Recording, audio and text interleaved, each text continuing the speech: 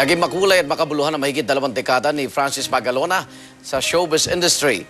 Mula sa pagiging bagets, yumabong ang karera ni Kiko at nakilala bilang master rapper ng Pilipinas.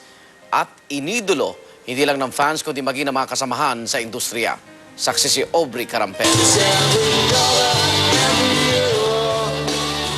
Lumikha ng ingay sa showbiz industry si Francis Magalona nang lumabas siya sa pelikulang Bagets 2. Siyam silang magkakapatid, anak ng mga sikat na artistang sina Pancho Magalona at Tita Duran si Francis, kaya hindi katakatakang showbiz din ang kanyang tinahak na landas.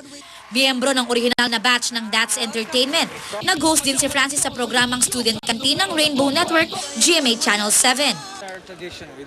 Nakilala ni Francis M. ang dating pausbong na artistang si Pia Arroyo. Binayaan sila ng 8 anak.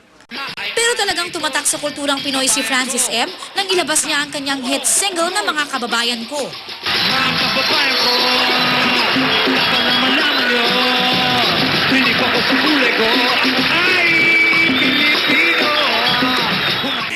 Di naglaon, itinuring na si Francis M. ng sambayanan bilang isang master rapper. So many faces, so many races, different voices and different... Kabilang pa sa mga sumikat niyang kanta ang Man from Manila at ang Cold Summer Nights kung saan nakadueto niya ang kanyang asawa. Mula dekada 80 hanggang 2008, gumawa si Francis ng humigit kumulang 14 na albums. Agosto ng isang taon, nang i-anunsyo ng kanyang mga kasamahan sa Itbulaga na nakikipaglaban siya sa sakit na leukemia. Pero di nito napigil ang master rapper na gawin ng mga bagay na nagpapasaya sa kanya. Isa na rito ang photography, kung saan nagkamit siya ng mga gantimpala sa ilang kompetisyon. Binuksan din niya ang isang clothing business, ang 3 Stars and the Sun, na nagbibenta ng mga t-shirt na hango sa disenyo ng ating watawat. Tuloy-tuloy rin ang kanyang music collaboration.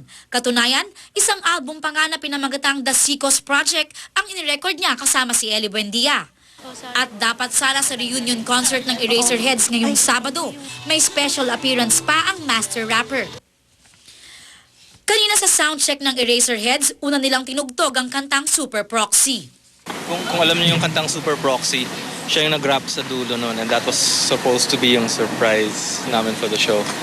Hindi siya nakarating ng rehearsals kasi dinala na siya sa hospital last Tuesday. Friday ngayon. Tapos napakalungkot. Oktubre nang huling magkita sa isang live guesting sa Itbulaga sina Kiko at Ellie. Sabi ng E-Heads, alay nila para sa yumaong master rapper ang kanilang final set. Siguro dedicate namin yung buong show sa kanya para may soundtrack siya sa paglalakbay niya, maliban sa mga kanta niya. Premyadong singer at kompositor ng rap. Pero higit na di malilimutan si Kiko ng kanyang mga naiwan na itinuturing siyang haligi ng kanilang mga puso. Ako si Aubrey Carampel, ang inyong saksi.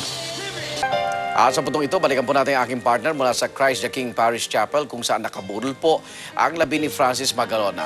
Vicky? Maraming salamat sa iyo, Igan. Ayon nga kay Tia, yung may bahay ni Francis M., itinakda po ang public viewing mamayang alas 6 ng umaga hanggang alas 6 ng gabi. Araw po yan ng Sabado.